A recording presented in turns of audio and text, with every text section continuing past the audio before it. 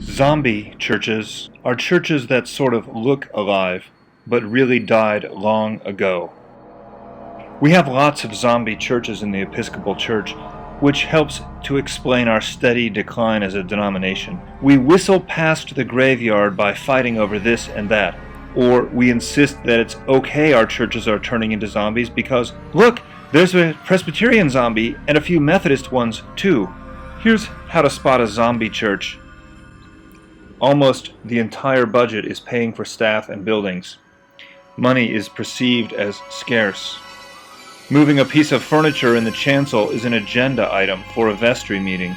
Speaking of the vestry, it's full of people who were willing to serve. No adults unrelated to current members have been baptized in the last few years. The rector or vicar spends almost all of the time caring for current members, and for that matter, the members spend most of their time caring for current members. Finally, there's no sign of measurable as opposed to anecdotal growth. We gotta do better then. It feels like we are growing. There are other signs, but you get the idea. Now, here's what a living church looks like. The operating budget shows a surplus, and significant money is spent on mission and formation. Change is welcomed, and some associated conflict is also fine. Lay leadership roles are filled only by those who are called to serve. Much of the energy in ministry is directed outward. New Christians are made regularly, adults and children. Measurable growth is apparent. So why do we tolerate them? Closing churches is hard.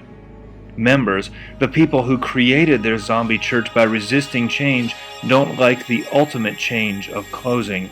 Some will say that a closed church is a failure of the kingdom. I disagree. A zombie church is a failure of the kingdom, because an ossified museum membership culture that's all about preservation, survival, and self-support is the antithesis of the gospel. Indeed, the gospel is about risk, fearless proclamation, and love of our neighbors. Too many zombie churches discredit the witness of the church, not just the Episcopal Church, but the whole body of Christ. At a time when the world is desperate for good news, zombie churches say that we can't be bothered. All we care about is ourselves, or worse yet, our buildings. Every zombie church is a billboard for a church that has given up on the gospel. Amidst all this, there is plenty of good news. Across the country, there are congregations of all sizes thriving. After much travel across the church, I now believe that congregations who want to thrive can do so. It's not even complicated, but it is hard.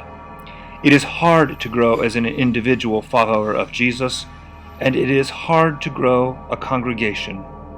It is hard in that it is costly, like discipleship.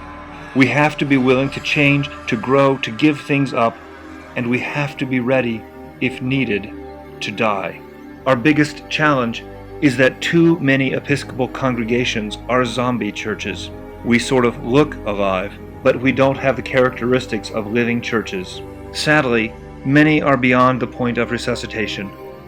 Others will willfully circle the proverbial drain for years or decades, doing nothing to proclaim the kingdom. Let's spend our energy as a church on congregations who are thriving, not letting our energy be depleted by zombies. Like it or not, deferred maintenance, aging congregants, and dwindling numbers are pushing us toward the zombie apocalypse. Let's get ready. There are 4 things we can do. Urge some congregations to close sooner rather than later. We need to weep with them, for it will be a sad time. 2. Plant new congregations. 3. Focus on the gospel of Jesus Christ in our living congregations to inoculate them against becoming zombies. 4. If there are a few zombie congregations that want to change, let's give them the chance, but we need to be firm. You can lead a zombie to water, but you can't make them drink. Or to misquote a made-up Bible verse, the Lord helps zombies who help themselves.